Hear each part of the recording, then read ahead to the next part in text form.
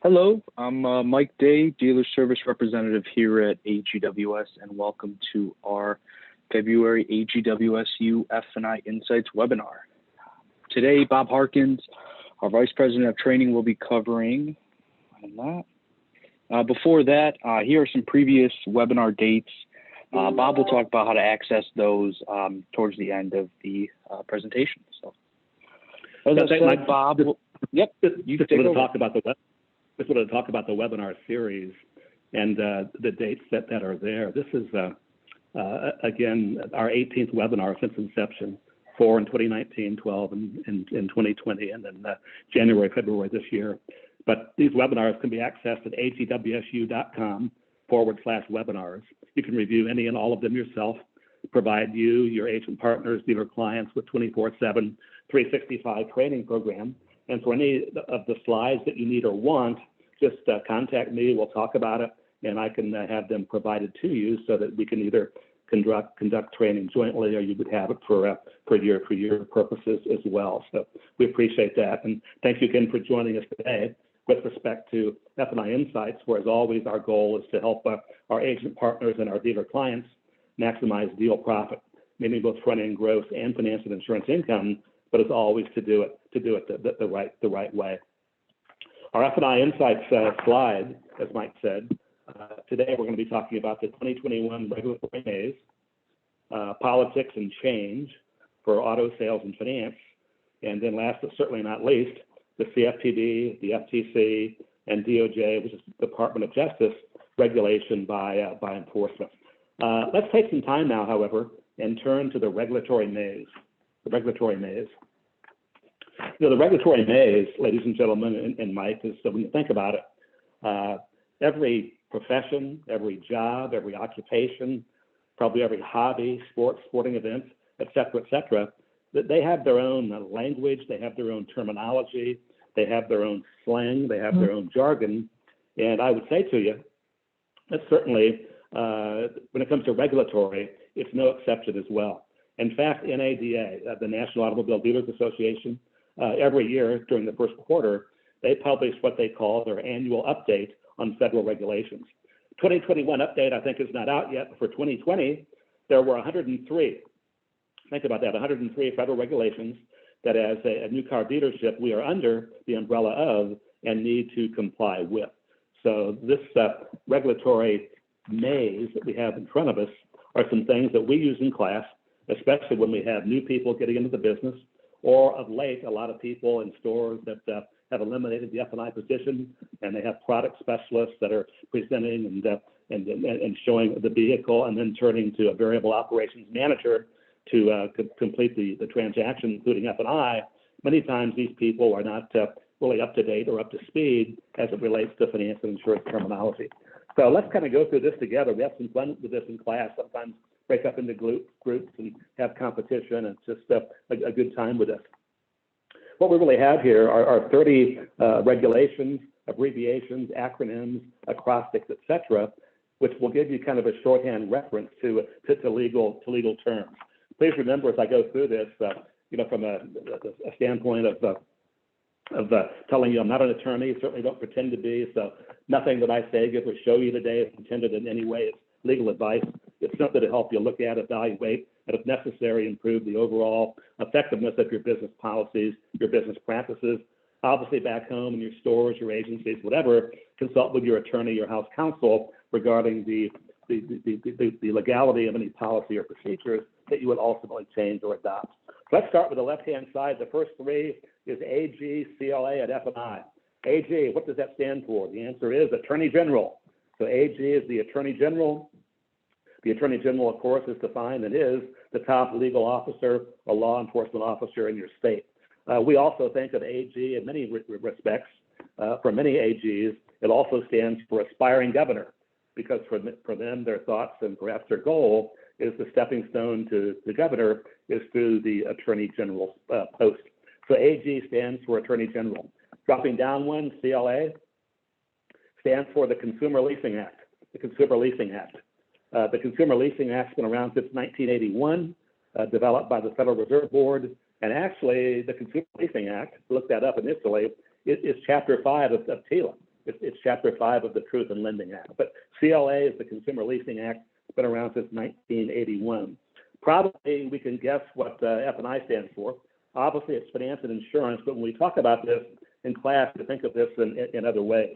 I think F&I also stands for fun and information, because obviously this career opportunity is and can be a heck of a lot of fun, and we're certainly on a regular basis passing along a lot of information as well.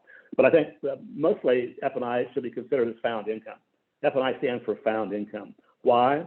Because that F&I department in most cases requires the least space, the least personnel, the least amount of personnel, the lowest overhead, the lowest cost of acquisition, but as a result of that yields the highest retention of dollars of any department in the dealership. So F&I stands for fun and information, found income, and we'll see a little bit later in our discussions that F&I could also stand for fines and imprisonment, and that's probably not a good thing. All right, our next set, FRB, stands for the Federal Reserve Board.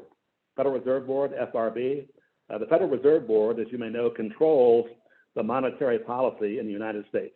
The FRB, Federal Reserve Board, controls the monetary policy in America, and they have the authority to do that under the Dodd-Frank, Wall Street Reform and Consumer Protection Act.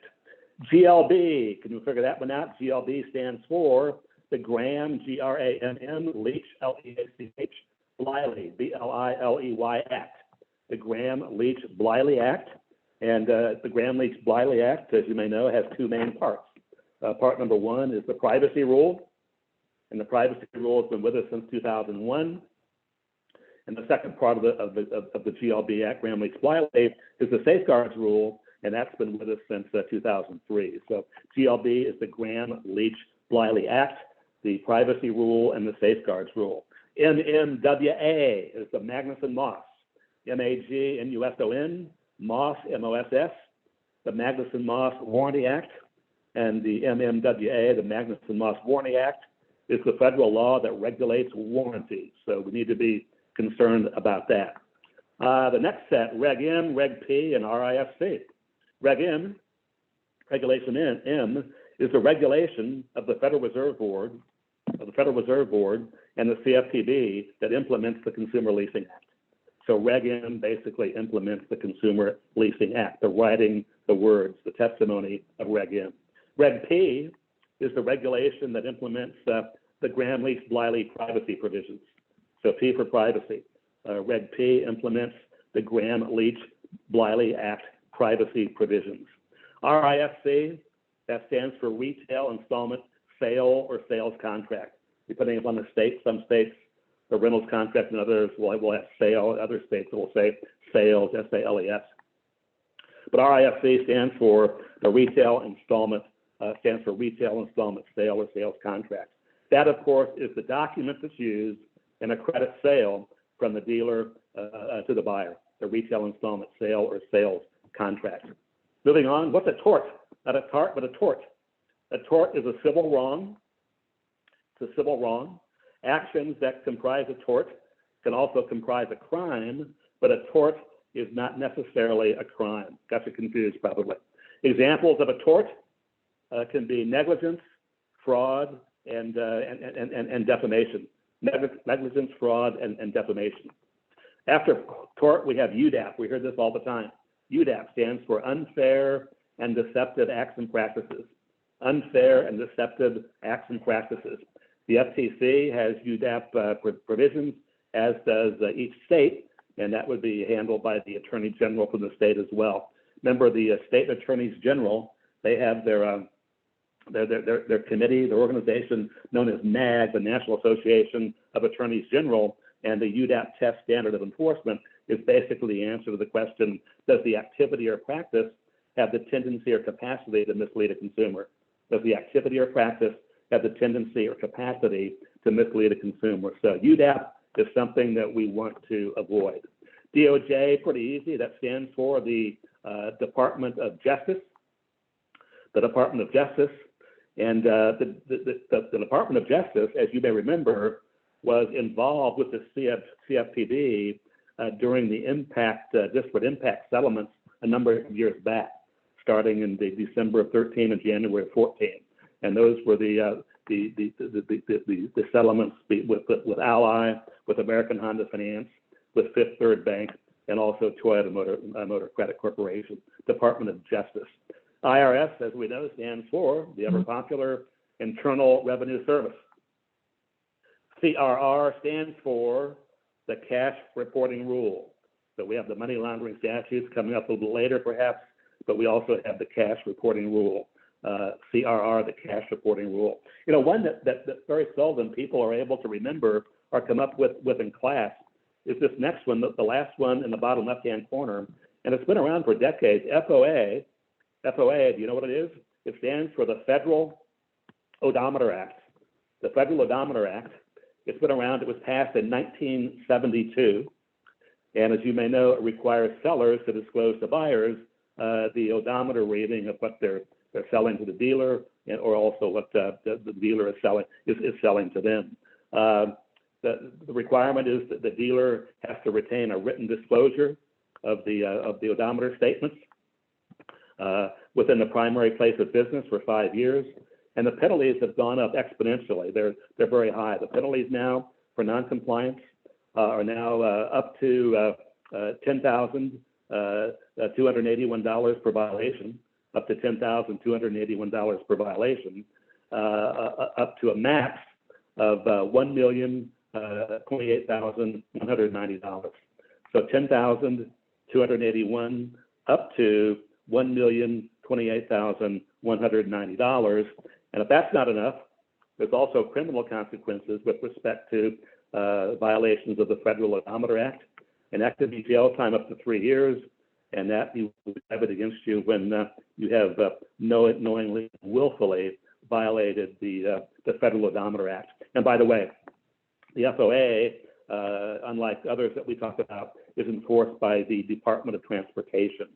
So make sure we're certainly in compliance with the Federal Odometer Act. Coming up to the right-hand side, we hear this a lot. Going to hear it a lot more this year. CFPB stands for the Consumer Financial Protection Bureau. Consumer Financial Protection Bureau. That, as you may recall, was created by the Dodd-Frank Act. It's been around since July 21 of 2011, and the initial director of the CFPB was Richard Cordray under the Obama-Biden administration, and now the new director, just appointed and has to be confirmed by the Senate, the new director appointed by President Biden. His first name is Rohit, R-O-H-I-T, and last name is Chopra, C-H-O-P-R-A, Rohit Chopra. Rohit Chopra is the new director of the CFPB for 2021. We'll talk about the terms of that a little bit later. ECOA. The ECOA stands for the Equal Credit Opportunity Act. Pretty easy, the Equal Credit Opportunity Act. And if there's one word that would describe the purpose, the reason for the Equal Credit Opportunity Act, I would ask you to write down the D word of discrimination. So the Equal Credit Opportunity Act is discrimination. Race, color, religion, national origin, age, sex, marital status, receipt of public assistance, and protected class individual. Don't fall into those traps. FCRA. FCRA stands for the Fair Credit Reporting Act. The Fair Credit Reporting Act. The FACT Act, F-A-C-T, which stands for Fair and Accurate Credit Transactions Act, is also part of the Fair Credit Reporting Act. And the Fair Credit Reporting Act and the FACT Act regulates those who comprise and use credit reports. So again, we're under the umbrella of the Fair Credit Reporting Act as well. Next, pretty easy. The FTC stands for the Federal Trade Commission. Federal Trade Commission. In the Federal Trade Commission for new car dealers is the federal enforcing agency that would be the federal cop for new car dealers. The Federal Trade Commission is referred to as the federal cop for new car dealers, the federal enforcing agency. OFAC, the Office of Foreign Assets Control. The Office of Foreign Assets Control. OFAC has been around for decades prior to 9/11, but obviously was strengthened significantly after the events of 9/11. So OFAC stands for the Office of Foreign Assets Control and strengthened significantly after the events of 9/11. Reg B as in boy, Reg B as in boy, is the regulation that implements the Equal Credit Opportunity Act. Is the regulation that implements the Equal Credit Opportunity Act. Reg B implements the Equal Credit Opportunity Act. Dropping down, Reg Z, you hear this all the time. The Truth in Lending Act and Reg Z. Reg Z is the regulation that implements the Truth in Lending Act. So Reg Z implements TILA, the Truth in Lending Act. Okay? RISA, that stands for the Retail Installment Sales Act. The Retail Installment Sales Act. Your states have RISAs. States have RISAs. And what they regulate are things like finance charges, late charges, grace periods, etc. The state's Retail Installment Sales Act. TILA, the granddaddy of them all, the Truth in Lending Act. The Truth in Lending Act. It's been around since July of 1969, and what it does is governs disclosures in consumer credit transactions. It doesn't govern the costs. It governs disclosures in consumer credit transactions. TILA, the granddaddy of them all, July of 1969. TRR, you don't hear about this a lot, but they're there. And TRR stands for Trade Regulation Rules. Trade Regulation Rules. From our standpoint, our trade regulation rules are issued by the FTC, the Federal Trade Commission, and the primary example of our trade regulation rule would be the used car rule requiring window stickers. So the used car rule requiring window stickers is a trade regulation rule that's set by the Federal Trade Commission. Now, on the left-hand side, we talked about UDAP, UDAP. Now we're looking, we bought a vowel, and we're adding an A, UDAP. And UDAP stands for unfair, deceptive, or abusive. Unfair, deceptive, or abusive acts and practices. And we can thank the CFPB for that, because the CFPB, in addition to states and the FTC that has UDAP enforcement, UDAP, the CFPB bought a vowel, and that A stands for abusive. So abusive means to abuse, misuse, or handle things wrongly or incorrectly. Abuse, misuse, and use wrongly, mistreating people. So the CFPB and the FTC has UDAP, and our friends with the CFPB now has UDAP, unfair, deceptive, or abusive acts and practices. FDN stands for the Specially Designated Nationals, the Specially Designated Nationals and Blocked Persons List. The Specially Designated Nationals and Blocked Persons List. So this checks back to the OFAC requirement to check every transaction against the SDN list. And the SDN list is the Specially Designated Nationals and Blocked Persons list. Next one down, we have our MLS, which stands for the Money Laundering Statutes. Money Laundering Statutes. A couple of dates for you with respect to that. The Money Laundering Statutes have been around since 1984, and initially cash was really referred to or defined as currency only. And then that changed in 1992 with the expanded definition of cash of traveler's checks, money orders, bank drafts, and cashier's checks when they have a face value of an even $10,000 or less. And then when added together with each other or with my cash, they now total more than $10,000, $10,000 and a penny. I have to report that transaction to the IRS within 15 days of receiving the cash. So money laundering statutes, 1984, the expanded definition has been around for some time as well, since 1992. FinCEN, FINCEN, this is the Treasury Department's Financial Crimes Enforcement Network. FinCEN stands for the Financial Crimes Enforcement Network. And from our standpoint, that's a factor when we complete and file the IRS Form 8300. If you pull that out or look at that the next time The top left-hand corner of your Form 8300 says IRS Form 8300. At the top right-hand corner under 8300 says FinCEN, F-I-N-C-N, Form 8300 as well. So FinCEN, the Financial Crimes Enforcement Network, been around for decades and part of the U.S.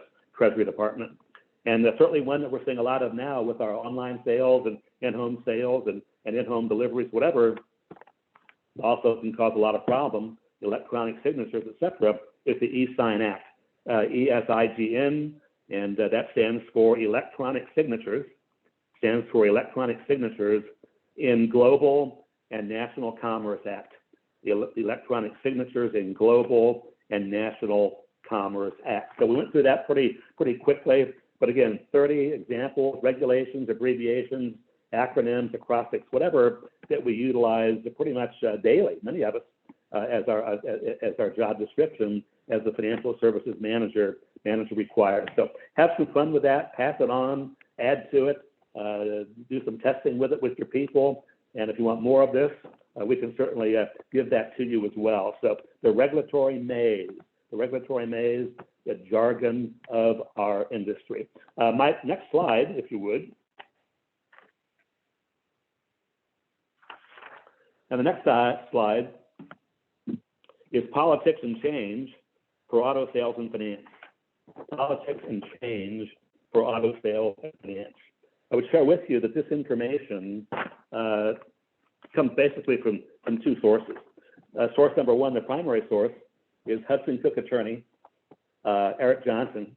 Eric is a partner in the Hudson Cook Oklahoma City office, and the article that I'm referring to is what he wrote, dated December 7th, and also it appeared in Hudson Cook's Spot Delivery newsletter, December newsletter as well. And that article is what does the Biden-Harris administration mean for auto sales and finance? What does the Biden-Harris administration mean for auto sales and finance? And now, before we get to the meat of this, kind of hot off the press, if you subscribe to Automotive News as I do, I'm looking at last week's issue, the February 1, 2021 issue of Automotive News, and I'm looking at pages 40 and 41, so you can go back and check that. And the title of this segment is Dealers Cautious as Biden's term begins. This article begins by saying that cited in the survey, which is the 2021 Dealer Outlook Survey of 183 automotive executives that were surveyed and responded to this, what they're saying is, what Automotive News is saying, FTC and others, is that we need to look for higher taxes and fuel prices, uncertain fiscal policy, tougher financial regulation, and more oversight from federal agencies. So here we go. It's kind of like we're rewriting the history again from several years ago. To me, the great part about this article, this two-page article, pages 40 and 41, is it's 8 questions, and the answers are given to us in pie charts. And I want to just give you the first 2, which kind of put it in perspective.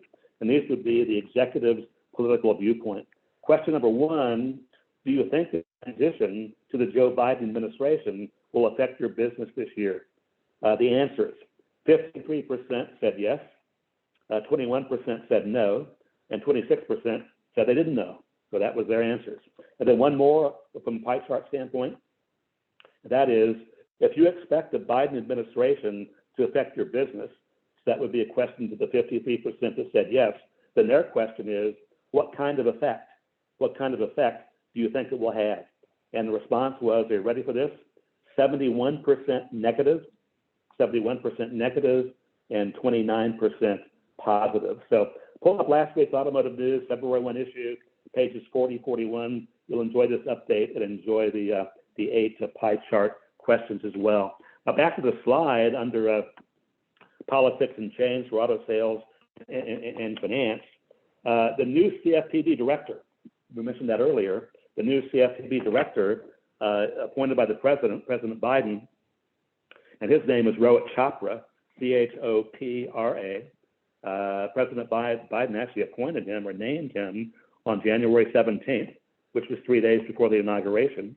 And then on January 20th, right after the inauguration, her name, Kathy Kraninger, was the current director of the CFPB under the Trump administration.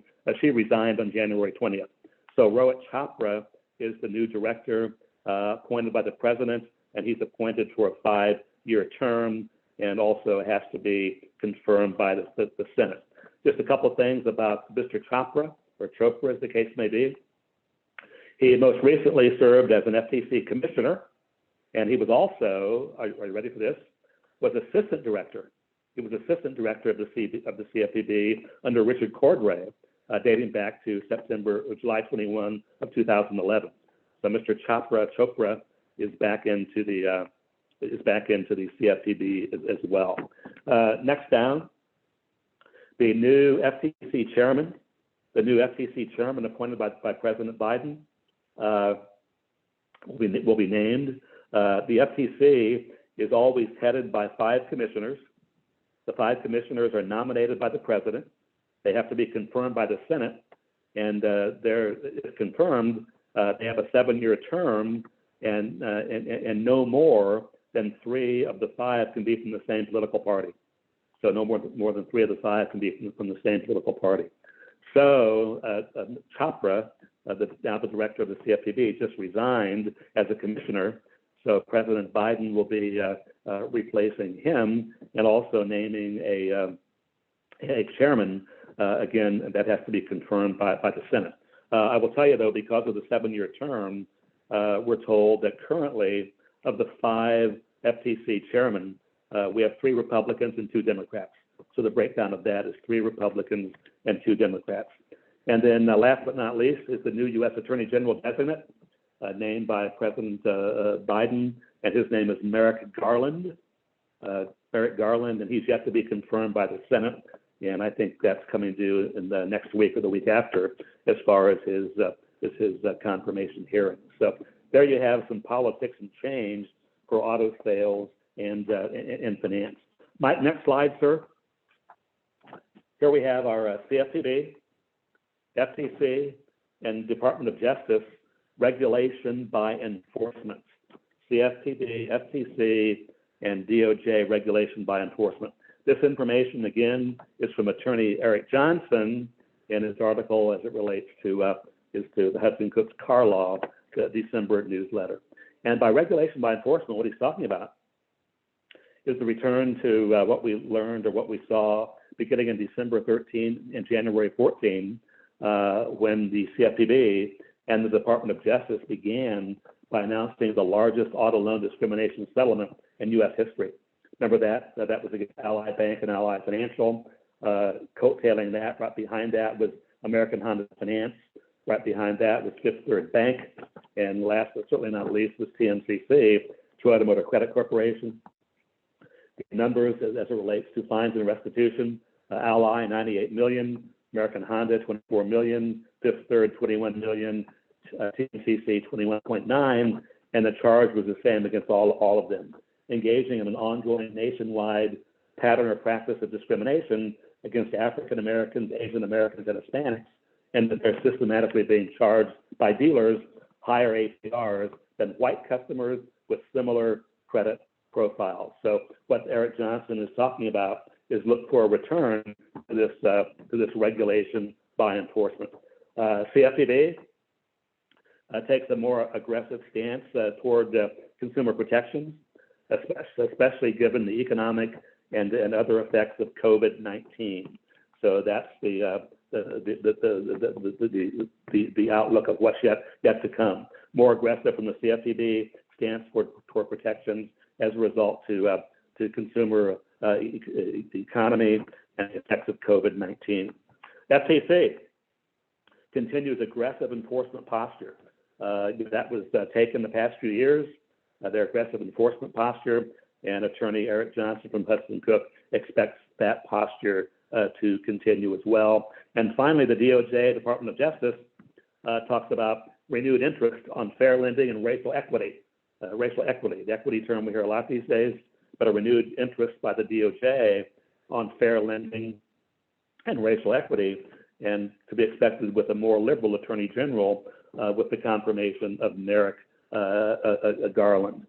So again, what Eric Johnson is saying, we can see more investigations by the Department of Justice, leading to more enforcement actions and settlements with dealers and their principals for alleged criminal activity. And then just learned earlier, not directly from Eric Johnson, but from our good Terry O'Loughlin, the Director of Compliance with Reynolds, how the breakdown is now for 2021 as it relates to the attorneys general in America, Republican, Democrat, whatever. Remember, the total group refers to themselves as NAG, the National Association of Attorneys General. Well, they're broken down into two other groups, and it's DAGA and RAGA. DAGA is the Democrat Attorney General Association, and RAGA is the Republican Attorney General Association. I asked Terry what that breakdown was post-election, and just recently got back to me, and the numbers are as follows. RAGA, Republican Attorney General Association, 26. Democrat, DAGA, Attorney General Association, 24.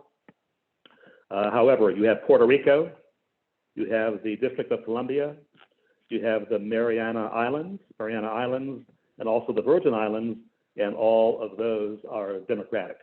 So there you go, 26, 24, Republican, Puerto Rico, District of Columbia, the Islands, Virgin and Mariana, all Democratic.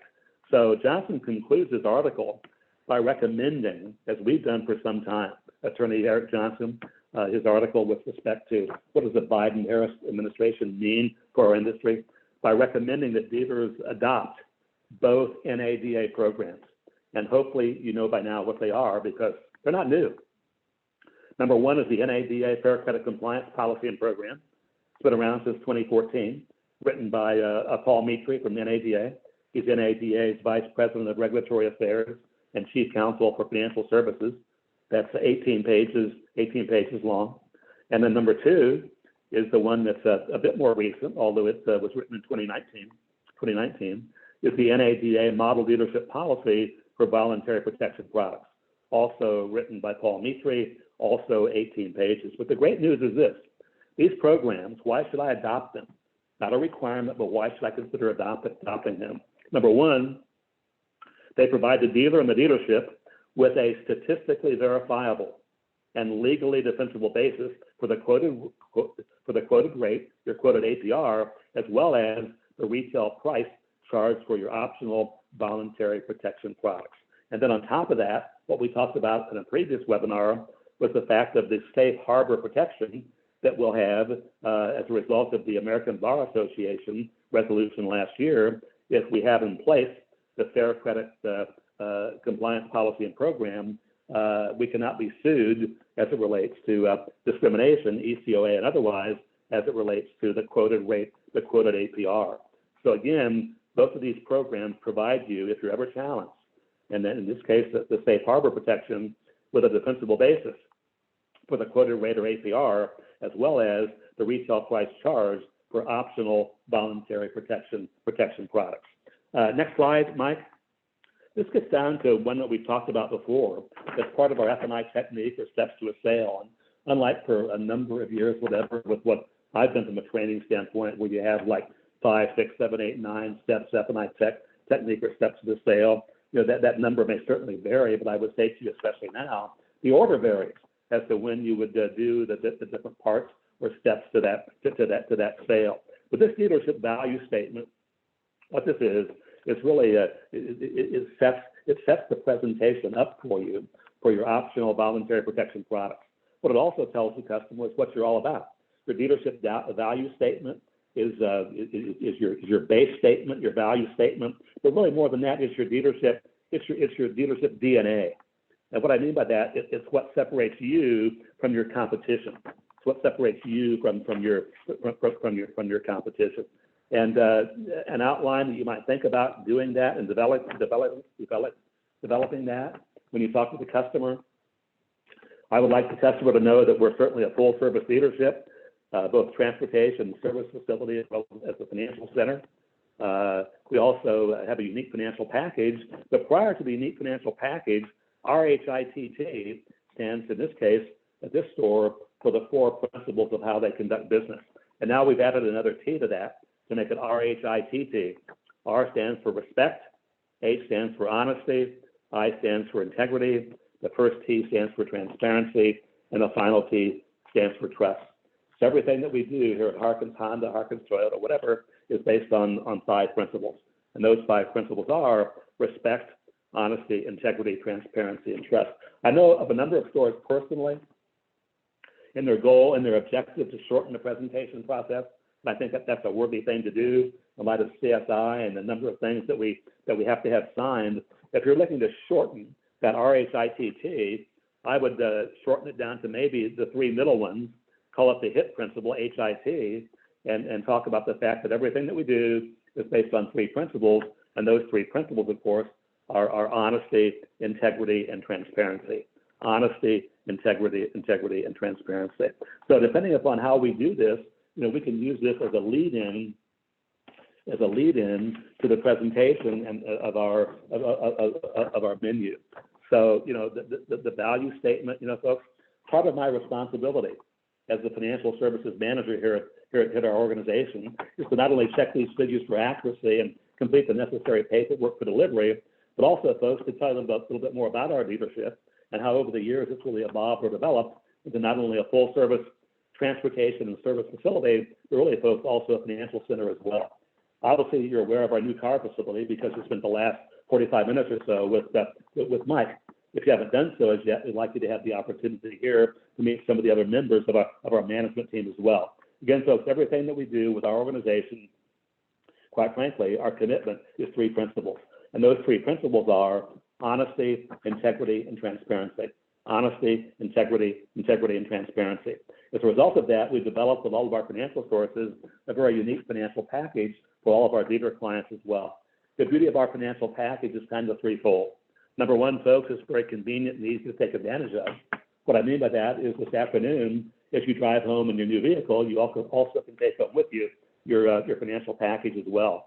Secondly, folks, it's available really to almost everyone, less to purchase from us here at our dealership. But most important, the most important reason why we developed this program, this package with our financial sources, quite frankly, folks, is because we care. Folks, we really do. You see, we care not just about your business today. That's very important to us. But folks, really, we care about gaining your respect, earning your repeat and referral business for the future. And because of that, of course, we care about protecting both your good credit, that is your credit track record, as well as your increasing investment as well. And now I might turn right after that to my menu. Mr. Customer, once again, as previously discussed, these are the terms and conditions. You point them out. These are the terms and conditions under which you can take delivery of your vehicle today with your approved credit. As you can see, your base amount financed is whatever, $28,000. Your base payment is $450.94. That's for a term of 72 months, 6 years, and your annual percentage rate is 5%. Folks, if I could I have your signature or your initials right here by the $450.94 just to confirm this starting point. And then we get into our menu introduction. Mr. Customer, with that in mind, here's a menu breakdown of your optional voluntary protection products that are available to protect your credit and your investment. And now I might say, folks, as you can see, our unique financial package here at the dealership is comprised of 5 options. The great news is you can choose all 5 of these options. Quite frankly, folks, you can choose none because nothing is required or is a condition of financing. Or folks, what you can do, like many of the plans, you can really mix and match from this column here. And as this custom column says right next to that, truly customize a plan that fits your driving habits and ownership experiences perfectly. Folks, let me ask you, which of these options would work best you and your family this afternoon?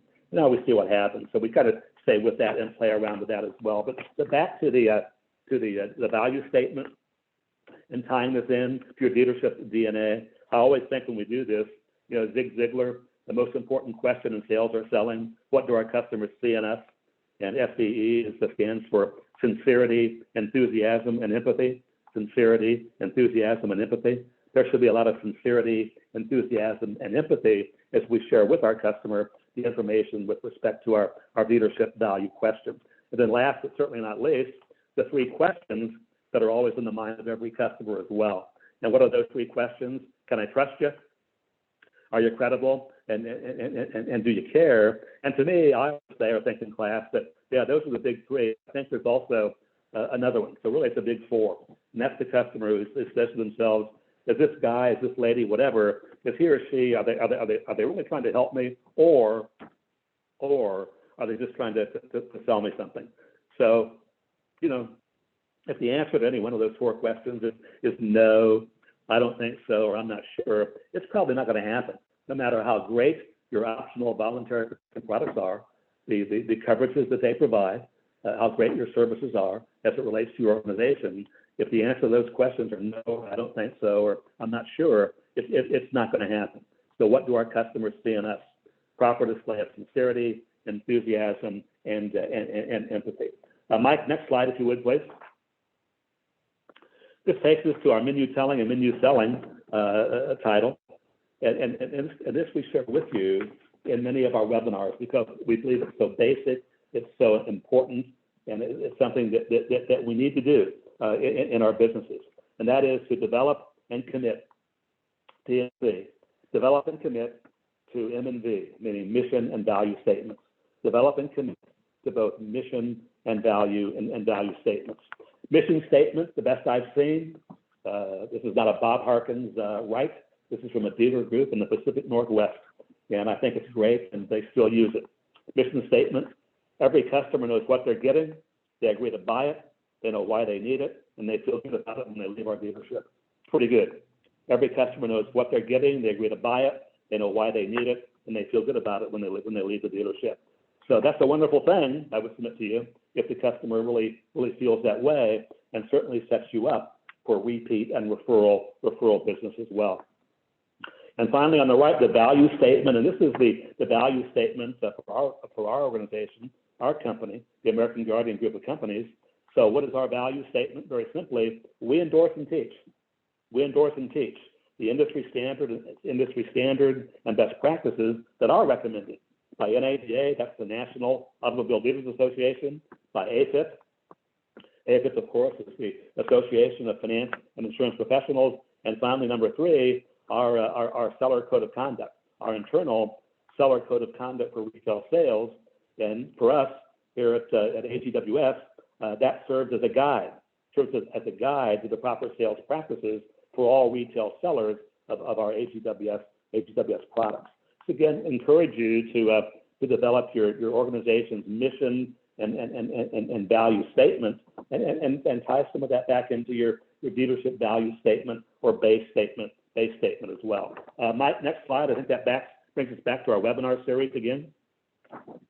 Once again, you see the list Correct, of the 18 webinars that we have available for you. agwsu.com/webinars. Play any of those that you like. Contact me. I can get the slides to you. We can do Zoom training meetings together. We can do just a conference call training, whatever you would like. So this gives you 18 to work from that provides you with 24/7, 365 with a lot of topics. So on these 2 pages, you see the dates of the webinars, the titles, the topics, and just enjoy using that. Anything you want to talk about with that, just please get back to me. With that, I want to turn to Mr. Day, to Michael, to wrap it up for us, starting with our 2021 F&I schedule and some interesting news for what we're going to do for March coming up next month. Mike, go ahead, sir. Yeah, so as Bob said, we got our webinar schedule coming up March 10th. It'll be a pretty special one for us. We're kind of recapping the first quarter of 2021 and kind of seeing what the new administration kind of brings to the table in terms of the rest of 2021. So definitely join that and join the rest of them for the year. And after that, just make sure to go on and like our LinkedIn profile. So thank you, Bob. Great as always. And thank you, everyone who came and showed up. Like I would just remind everybody that next month is going to be, we're going to have a little longer time. We have guest speakers coming in, and that'll be a 90-minute program, 90-minute webinar. So again, as you said, we're really looking forward to that. Back to you, Mike. Perfect. All right. Thanks, Bob. Thanks, everyone. Thanks, you all. Have a great day.